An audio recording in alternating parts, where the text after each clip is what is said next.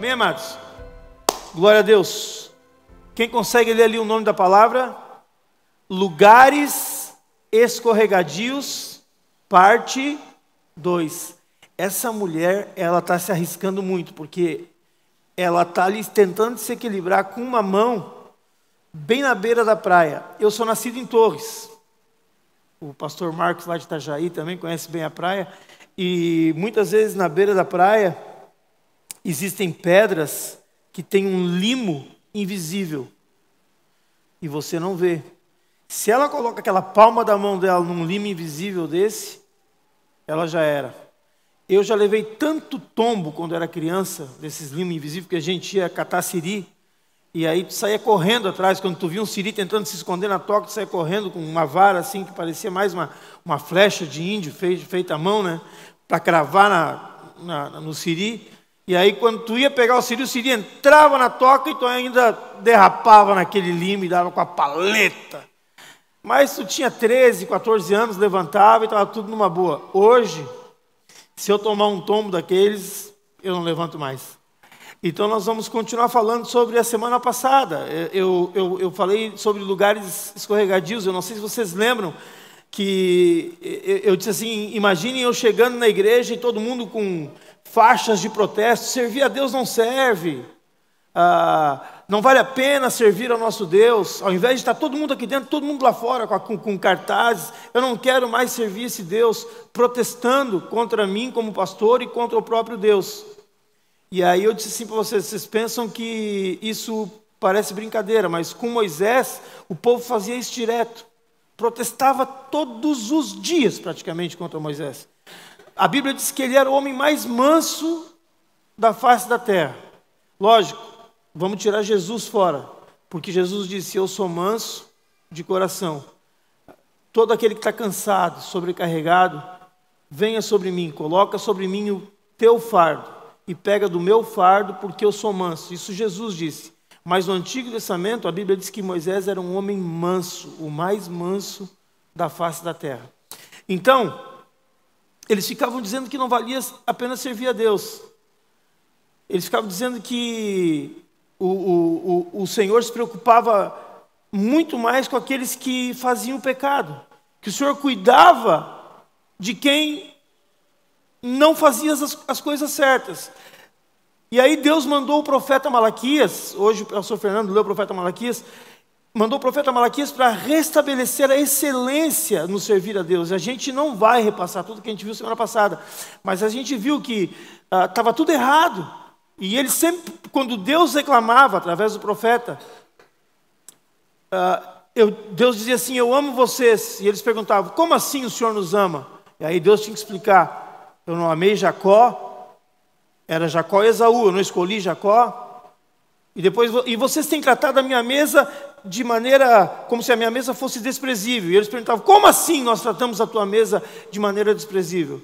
Ué, vocês oferecem o animal cego, o animal coxo, o animal que está doente na minha mesa, como se a minha mesa fosse desprezível. E aí Deus diz assim, vocês não pensem que vocês são o único povo da terra. O meu nome é grande entre todas as nações e exaltado entre todas as nações. E aí a gente foi lendo o que eles faziam.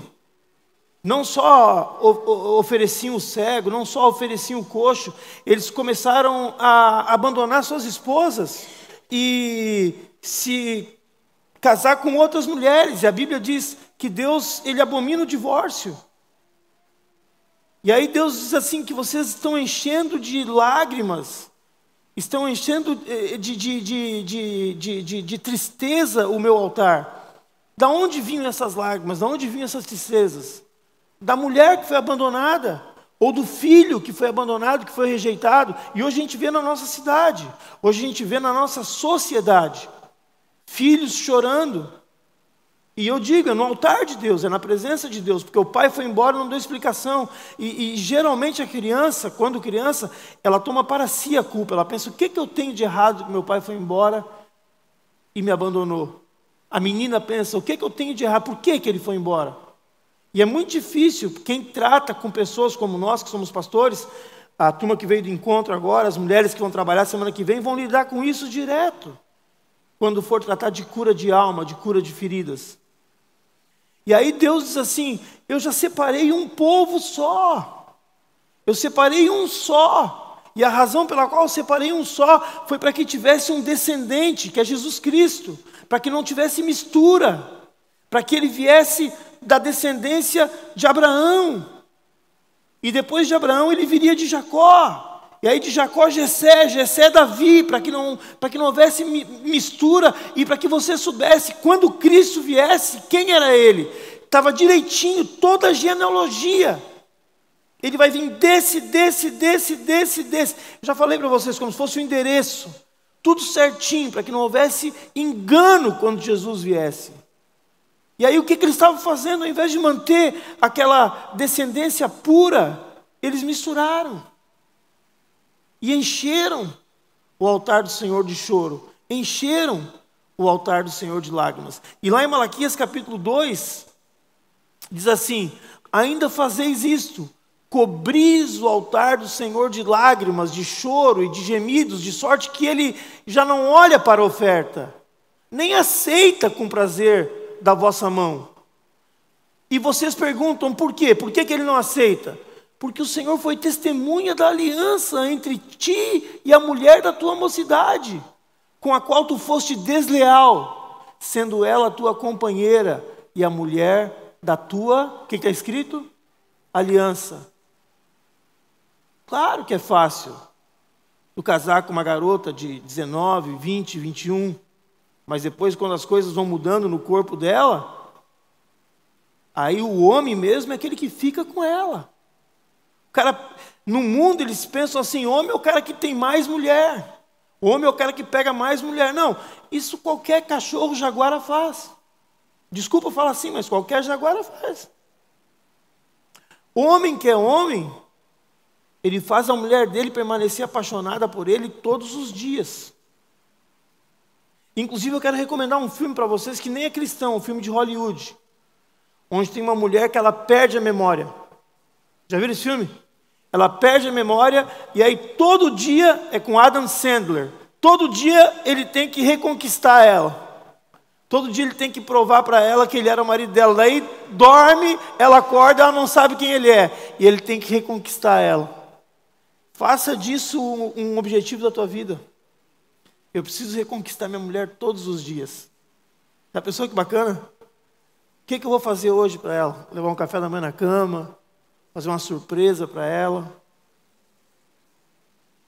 Cara, não existe nada mais maravilhoso, porque depois que o tempo passa e que a gente passa pelas tempestades, aí tu diz assim: cara, ainda bem que a gente aguentou aquela tempestade, porque hoje eu dou muito valor para a mulher que eu tenho, entendeu? Mas quando a gente é novo, a gente pensa: não, vou pegar outra. Isso é o pensamento do mundo. Tá? E a Bíblia diz: o Senhor foi testemunha. E vai adiante, no versículo 15: não fez o Senhor mesmo que havendo nele um pouco de espírito? E por que somente um? O que está escrito ali em vermelho? Ele buscava a descendência que prometera. Portanto, cuidai de vós mesmos e ninguém seja infiel para com a mulher da sua mocidade, porque o Senhor Deus de Israel diz que odeia o divórcio e também aquele que cobre de violência as suas vestes, diz o Senhor dos Exércitos. Portanto, cuidai de vós mesmos e não sejais infiéis. Lá em Josué capítulo 1, versículo 7, a palavra diz assim: tão somente ser forte e muito corajoso, para teres o cuidado de fazer segundo toda a lei que o meu servo Moisés te ordenou. Moisés estava indo embora. Já pensou ter que substituir um cara que nem Moisés? Eu, se eu fosse Josué, eu estava tremendo na base. Eu, quando vou viajar, as coisas mudam aqui. Imagina Moisés, agora vai embora Josué. E aí Deus aparece para Josué e diz: tão somente ser forte e muito corajoso, para teres o cuidado de fazer segundo toda a lei que o meu servo Moisés te ordenou. Dela não te desvies nem para a direita, nem para a esquerda, para que sejas o quê? Bem-sucedido por onde quer que andares. Mas pastor, o problema é que eu vejo pessoas adulterando e se dando bem. Muitas vezes eles têm filhos mais obedientes que filho de crente. Pastor, eu vejo o cara trapaceando nos negócios, eu vejo ele mentindo descaradamente na minha frente, e ele se dá bem. E aí é inevitável, o pensamento vem na cabeça do crente, no coração do crente. Eu mesmo, eu abandonei a minha vida de negócios, eu tinha uma loja, eu tinha um comércio. Eu não quis mais por causa da sonegação de impostos, eu vendi, eu praticamente entreguei a minha parte. Eu dei pelo preço abaixo do valor de custo, depois de 25 anos de comércio. Porque eu não queria mais viver na mentira. Porque eu creio que isso aqui não é um livro de conto de fadas. Enquanto outros estão construindo palácios para si mesmos, achando que aquilo vai durar para sempre, eu peguei, e eu não estou falando isso para me engrandecer, eu estou falando para contar para vocês. Eu investi para a gente ter um local para se reunir. Porque no começo nós éramos uma meia dúzia de pessoas. E aí a gente foi começando. O pastor Fernando tinha lá um caderno, onde cada um ajudava com, o que era, 15 pila por mês, não me lembro quanto é que era. R$5 por mês, para a gente poder ir comprando uma cadeira aqui, um negócio ali. Aí os ar-condicionados eram muito caros, eu tive uma ideia de gênio. A minha ideia de gênio foi o seguinte: nós vamos botar um motor de câmara fria aqui dentro. Aconteceu, gente, foi real. É que quando eu comprei aqui, isso aqui era uma garagem, o cara tinha uma câmara fria aqui. Eu pensei, já tem um motor ali, nós vamos comprar mais um outro motor. E chamei um cara lá de Teotônio, o cara disse, vai dar certo. Cara, botamos o motor da câmara fria. Era só barulho, ninguém escutava nada que eu falava e não gelava nada. Eu achei que nós ia ficar tudo assim, ó. Se desse certo, já tinha inventado antes, né? Precisava ter umas placas de isopor dessa largura. Depois eu vou descobrir, quando a gente quebrou as paredes aqui, ó, dentro da câmara fria tinha umas placas de isopor dessa largura, sem mentira nenhuma. Por isso que ficava gelado. Mas eu achei, não, botar uns 3 motores de câmara fria. Um cara me fez por 500 pila, enquanto cada um deles estava 5.000. Eu disse, não, vamos de 500 pila. Quem estava aqui nessa época que se lembra aí? Cara, ligava aquele troço, parecia um helicóptero aqui dentro. Ninguém entendia nada que se falava. Só Deus mesmo.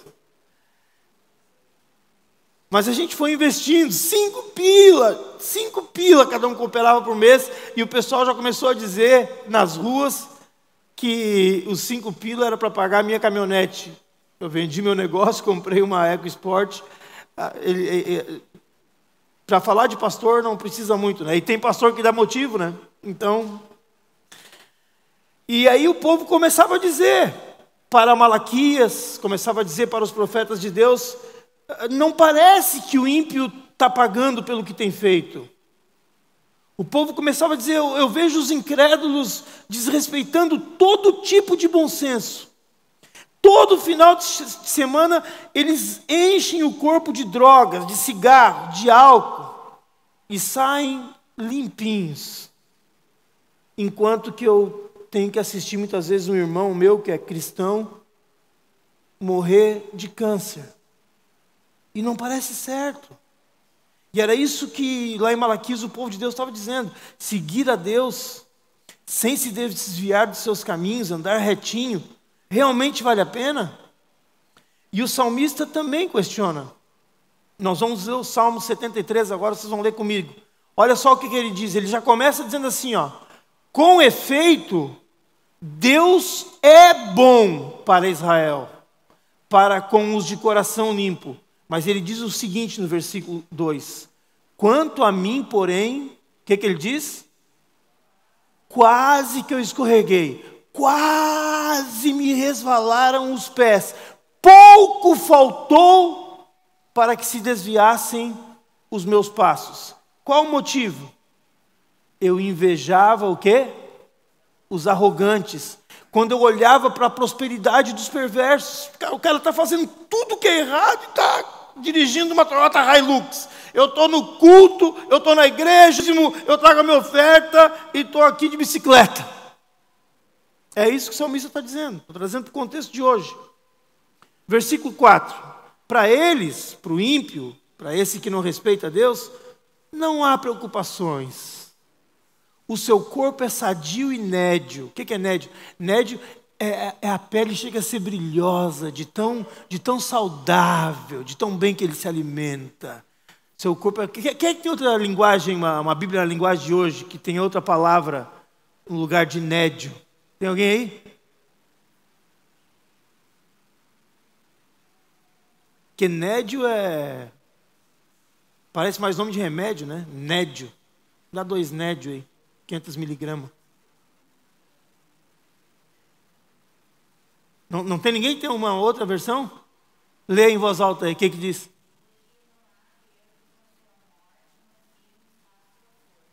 Firme está a sua força. Mais alguém tem outra linguagem aí, Camila? Saudável e forte. É isso aí, tá? O seu corpo é sadio, saudável e forte, nédio. É brilhoso. Versículo 5. Esses caras que não obedecem a Deus, parece que eles não partilham das canseiras dos mortais. Quem são os mortais? Que ele está dizendo ali, é o cara aquele que tem que sair todo dia de manhã de casa, vai lá, bate o ponto, entra no frigorífico, entra na fábrica de calçado, seja lá qual for o teu trabalho, entendeu? Eles não partilham desse tipo de coisa. Eles abriram uma empresa lá, conseguiram fazer um rolo daqui, outro rolo dali, e não faz mais nada. Vivem de rendas.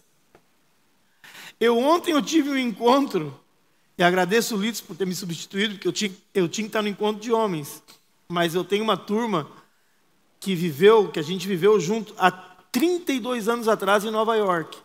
E a maioria deles são esses nédios aí, são esses ímpios.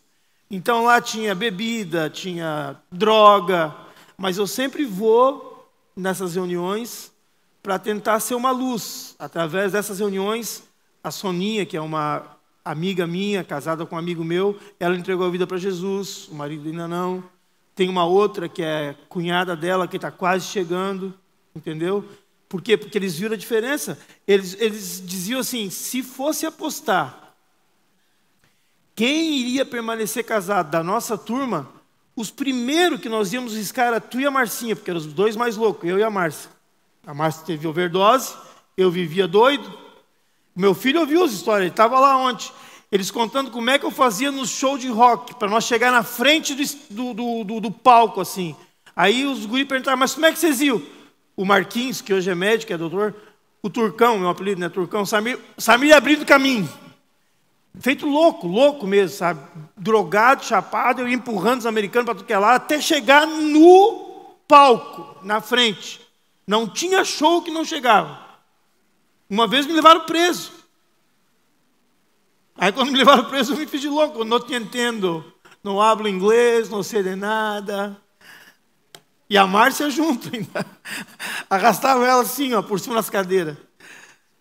Mas aqui o cara está dizendo assim, para eles não há preocupações, o seu corpo é sadio e nédio. Não partilham das canseiras dos mortais, nem são afligidos como os outros homens.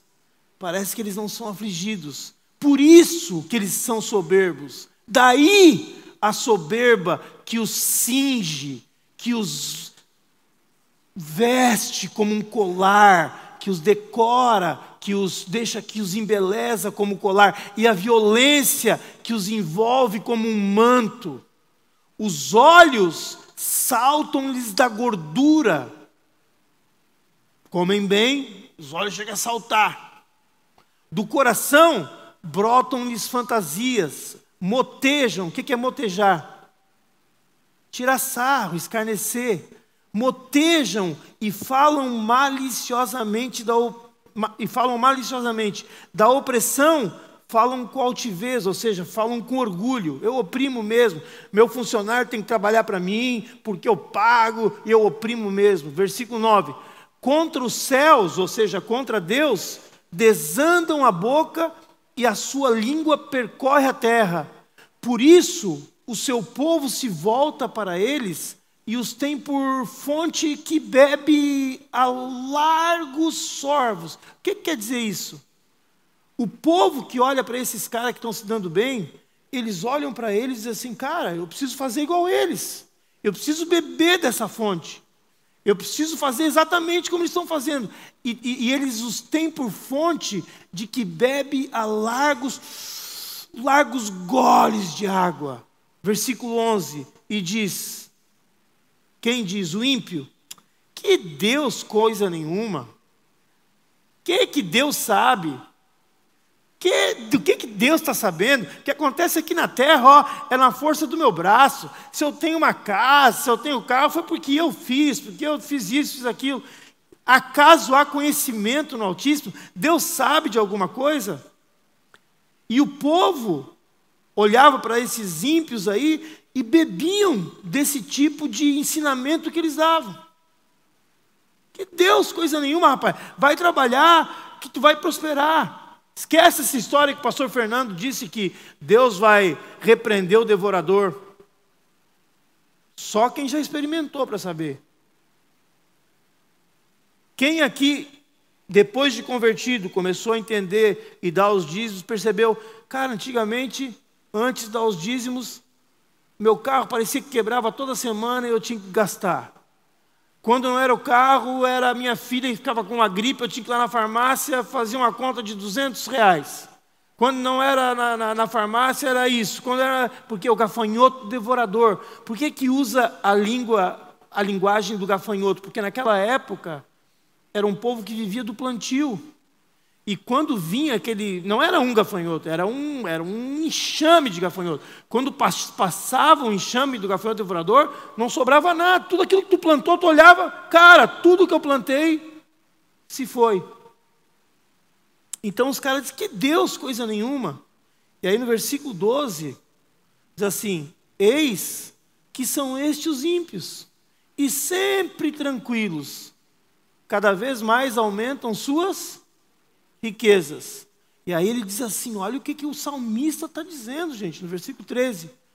Com efeito, inutilmente conservei puro o coração e lavei as mãos na inocência. Foi inútil eu ter preservado nos princípios de Deus. Foi inútil eu ter mantido minhas mãos inocentes.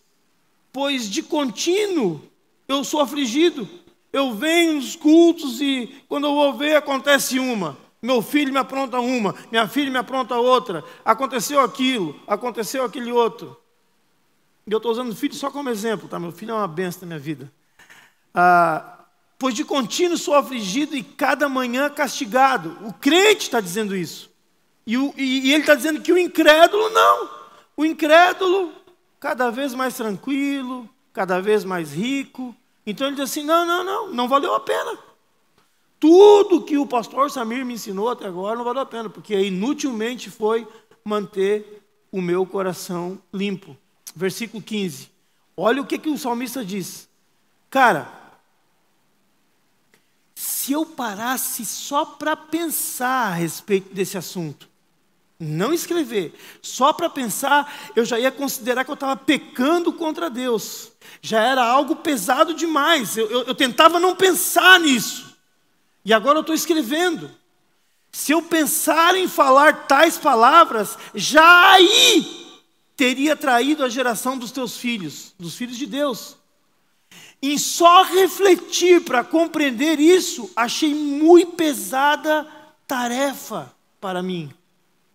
Então, ao mesmo tempo que o salmista, que é alguém que ama a Deus, ele ama a Deus, esse cara ama o Senhor, ele está escrevendo isso, ele diz, só em pensar nisso eu já me sinto um traidor.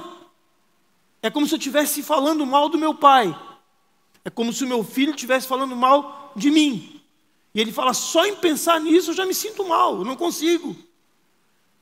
E aí no versículo 17 ele diz assim, até que entrei, aonde? No santuário de Deus e atinei com o quê? Com o fim deles. Diga, atinei com o fim deles. Mais alto, igreja, diga comigo. atinei com o fim deles. E aí agora o salmista está falando com Deus. Tu, Deus, tá? Deus está subentendido ali. Certamente os pões em lugares o quê? Escorregadios, e os fazes cair na destruição. Como ficam de súbito assolados, totalmente aniquilados de terror. Por quê? Porque quando chega no finalmente, meu amigo, lembra daquela história do mendigo Lázaro e do rico? Quando chegou lá, ele estava no tormento, já não tinha mais volta. De uma hora para outra, ele disse: pai Abraão, pede para ele molhar o dedo para molhar minha boca. Não tem ligação entre aqui e lá. Não tem mais volta. Deixa o Lázaro lá avisar meus irmãos. Não, se eles não obedeceram à lei de Moisés e dos profetas, mesmo que alguém ressuscite, e ressuscitou, Jesus ressuscitou, eles não vão levar a sério. E muitos não levam a sério até hoje. Então, finalmente, pensando em tudo isso, quando ele começou a escrever, ele disse assim: eu preciso ir até a casa de Deus. E lá na casa de Deus ele acorda e percebe que essa vida, essa prosperidade suja, essa prosperidade que as pessoas usam da mentira e da trapaça, são lugares escorregadios, amados. São lugares muito escorregadios. O cara está de pé hoje e amanhã ele pode estar estatelado no chão, em terror e sem volta. Lá no Salmo 37, o salmista diz assim: não te indignes por causa de quem? Dos malfeitores, nem tenhas inveja dos que praticam iniquidade, pois eles dentro em breve, o que está escrito? Definharão como a relva, como uma planta, como uma erva qualquer aí do campo, e murcharão como a erva verde.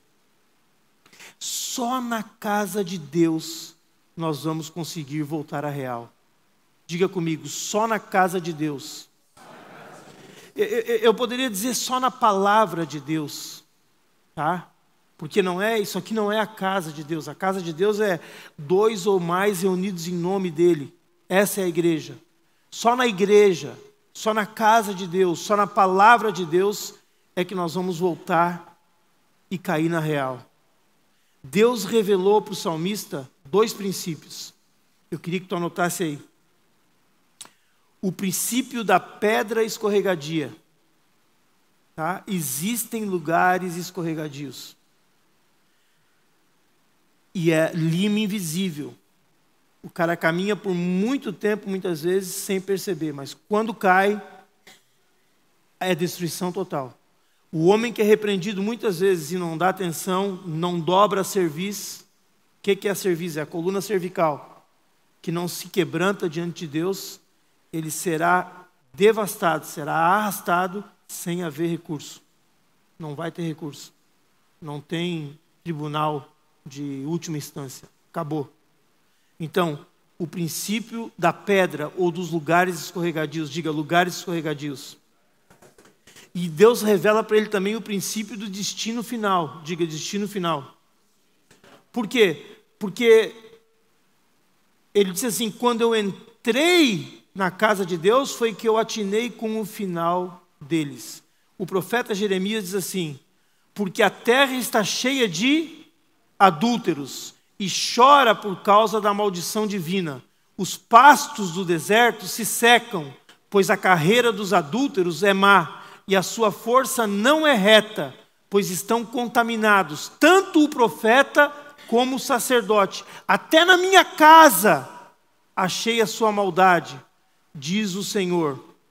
E aí no versículo seguinte: portanto, o caminho deles será, presta atenção, como lugares escorregadios, e agora acrescenta mais uma coisa.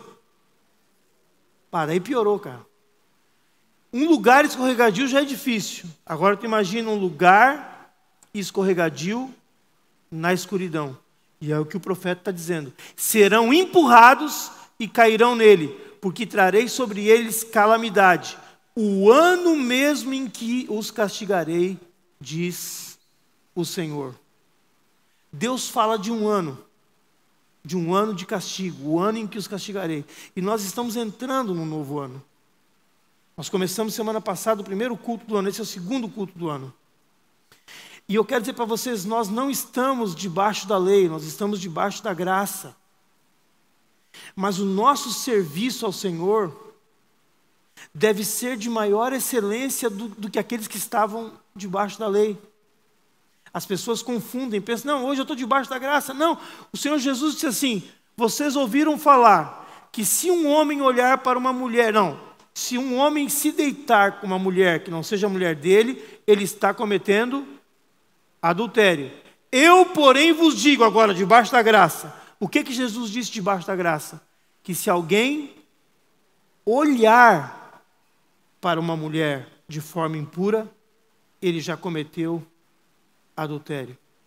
Então, amados, que esse ano seja um ano onde possamos restaurar a excelência no serviço ao Senhor, debaixo dessa graça que Deus nos dá, mas não nos baseando numa graça barata. Porque foi de graça para ti, foi de graça para mim, mas não foi de graça para o Pai.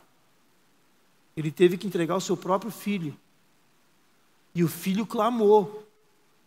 O filho teve um momento que ele disse, se existe outra maneira para salvar qualquer um desses que estão, eu poderia dar o nome de um por um, se existe qualquer outra maneira que um destes possa subir a sua escadinha para chegar no céu, sem eu precisar ir para a cruz, Pai, afasta de mim esse cálice. Se tem um plano B, afasta de mim esse cálice. E Deus deu para ele um plano B? Não. Ele teve que ir até a cruz do Calvário. Ele teve que derramar o sangue por nós. Então nós temos que servir a esse Deus, nesse ano, com muito maior excelência do que aqueles que estavam debaixo da lei, com medo que a lei ia pegar eles, que o guarda ia multar. Não. Nós temos que fazer por amor. Eu quero que o meu filho faça algo para mim, quando ele vier fazer algo para mim, porque ele me ama. Eu não quero fazer porque ele tem medo que ele vai levar uma repreensão minha, ou porque eu vou tirar alguma coisa dele. Eu não quero esse tipo de relacionamento com meu filho. Chegamos num nível onde eu e ele temos que ter um relacionamento onde ele faça por amor a mim. E graças a Deus eu creio que nós estamos nesse nível. Porque tem coisas que ele tem feito por mim que eu nem acredito. Então, que possamos evitar também esses lugares escorregadios. E deixa eu te dizer, quem está caminhando nesses lugares escorregadios, sabe que está caminhando. Se tu está caminhando num lugar escorregadio, tu sabe. Seja lá qual for a área. Se é no teu computador, na área da pornografia, se é no teu trabalho, onde você está desviando alguma coisa, se é no uso de alguma coisa química que te faz sentir mais preenchido por um período de tempo, né? Infelizmente a gente tem experiências todos os dias, inclusive com pessoas nossas. Tivemos filhos de amigos nossos que quase morreram, por causa desse desejo de preencher esse vazio que só Jesus preenche. Então, amados, se tu está caminhando neste lugar, se tu está andando nessas pedras escorregadias, sai logo, para não ficar questionando Deus. Deus diz para o salmista, não inveje essas pessoas, eles estão conseguindo se equilibrar, mas cedo ou tarde pode escrever, não precisa ser profeta, eles vão levar um tombo. Pode parecer que está bem, principalmente para quem não tem entendimento, mas eles estão a um passo de uma dessas pedras cobertas por um limo invisível. E agora, chegando na idade que eu estou começando a ver muitos deles escorregando.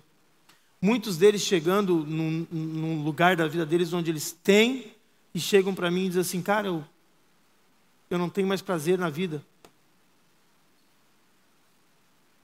há muitos anos atrás, um cara que me alugava lá no prédio da Multisportes, que o prédio continua sendo meu, ele alugava uma videolocadora.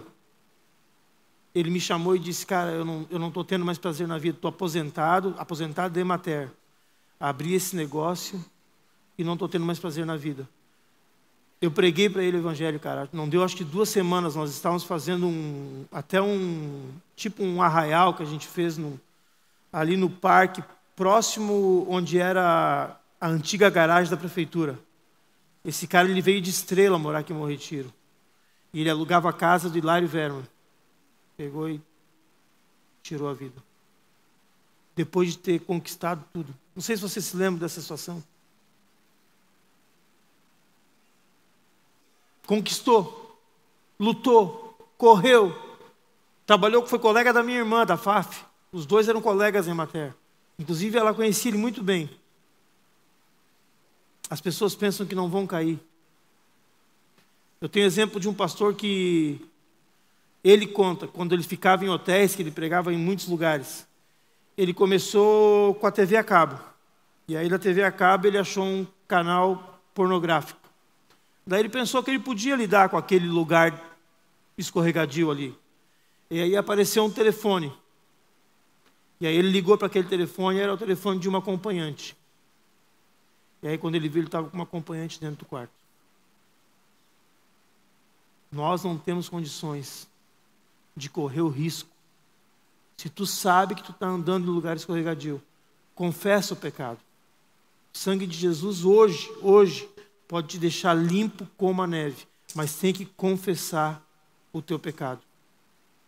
E o segundo princípio, estou chegando ao final do culto, porque eu tenho 8 minutos, o princípio do destino final.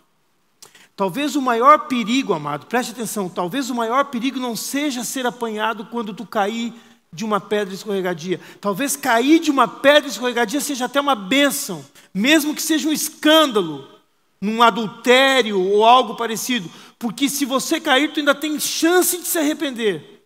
Agora, o pior é o cara que consegue se equilibrar até o fim e enganar até o fim, porque tu pode enganar pai, tu pode enganar mãe, tu pode enganar pastor, tu pode enganar teu sócio, mas tu não engana Deus. E se tu não escorregar até aquele dia e chegar diante de Deus, aí a coisa vai estar preta.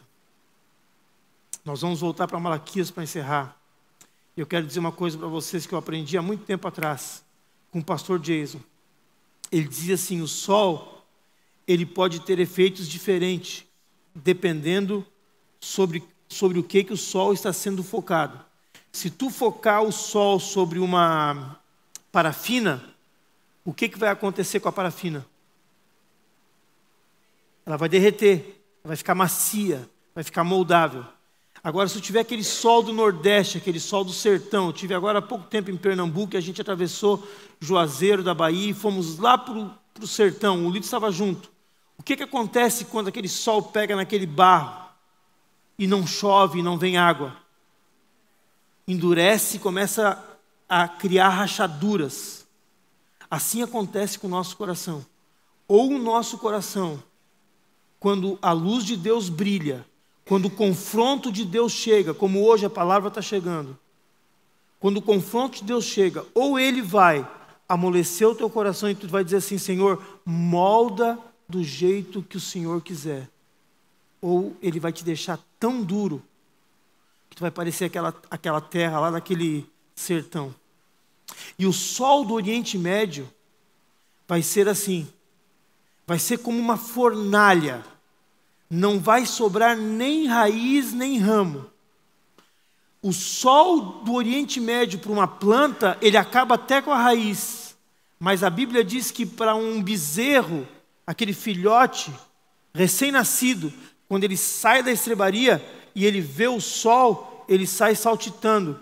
E aquele povo que reclamava, lá em Malaquias 3, diz assim, olha o que Deus diz, as vossas palavras foram o quê? Duras para mim, diz o Senhor. Mas vós dizeis, o que nós temos falado contra ti, que tu está achando que as nossas palavras são duras? Deus responde para eles. vocês têm dito, sabe o quê? Inútil é servir a quem? A Deus. Que nos aproveitou termos cuidado em guardar os seus preceitos e andar de luto diante do Senhor dos Exércitos? A mesma coisa que o salmista. De que adiantou? E Deus disse, isso foi duro para mim. Ora, pois, nós reputamos por felizes, nós achamos que felizes são os soberbos. Lembra do salmista? Os soberbos. Aqueles que dizem que Deus, coisa nenhuma. Também os que cometem impiedade. Esses prosperam, sim. Eles tentam ao Senhor e escapam. Versículo 16. Então, os que temiam ao Senhor falavam uns aos outros. O Senhor atentava e ouvia. E havia um memorial, diga memorial. Havia um memorial escrito diante do Senhor, diante dele, para quem? Para que os temem. Havia um memorial escrito diante dele para os que o temem, para os que temem ao Senhor e para os que se lembram do seu nome. Está lá o meu nome, o teu nome está lá na presença de Deus, como memorial, para ele não esquecer de nós. A palavra de Deus diz que ele gravou o nosso nome na palma da mão dele. Versículo 17. Eles quem? Esses que eu tenho como memorial, serão para mim o quê?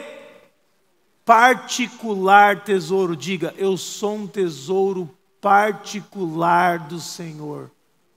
Não, eu quero ouvir. Eu sou um tesouro particular do Senhor. Amém? Naquele dia que preparei, diz o Senhor dos Exércitos, poupá-los-ei. Diga para a pessoa que está ao teu lado, eu vou ser poupado.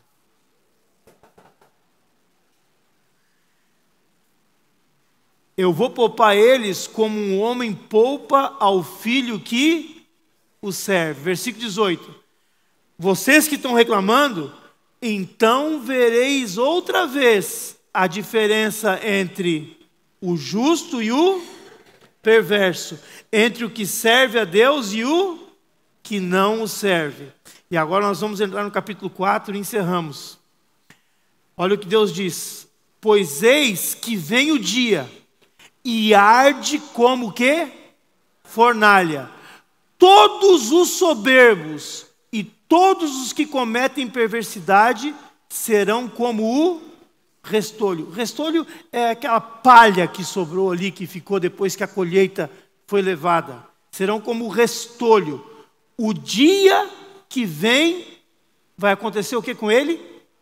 Os abrasará, vai queimar eles como aquela palha, como aquele restolho, diz o Senhor dos Exércitos, de sorte que não lhes deixará nem o quê? Nem raiz, nem ramo. Versículo 2. Mas para vós outros que temeis o meu nome, nascerá o sol. Olha, o mesmo sol. O sol que vai queimar aquele restolho lá, mas para vós outros que temeis o meu nome, nascerá o sol da justiça, trazendo o quê? Salvação nas suas asas. Saireis e saltareis como bezerros soltos da estrebaria. Que deu o Márcio, está por aí? O Márcio conhece mais, está lá no som. O Márcio conhece mais. Tá lá o Márcio. Teve agora há pouco na terra dos pais dele. Um bezerro solto da estrebaria, ele sai saltitando mesmo, sai pulando, faceiro. Saireis e saltareis como bezerros soltos da estrebaria. Pisareis os perversos, porque se farão cinzas debaixo das plantas de vossos pés. Não reclamem do Senhor. Vai chegar um dia em que a coisa vai mudar. O louvor pode vir subindo. Naquele dia que preparei, diz o Senhor dos Exércitos. Deixa eu ler o versículo 2 na linguagem de hoje, enquanto o louvor se prepara. Mas para vocês que me temem, a minha salvação brilhará como o sol, trazendo vida aonde? Nos seus raios. Vocês saltarão de alegria como bezerros que saem saltando do curral. Amém, amados? Vamos nos colocar de pé.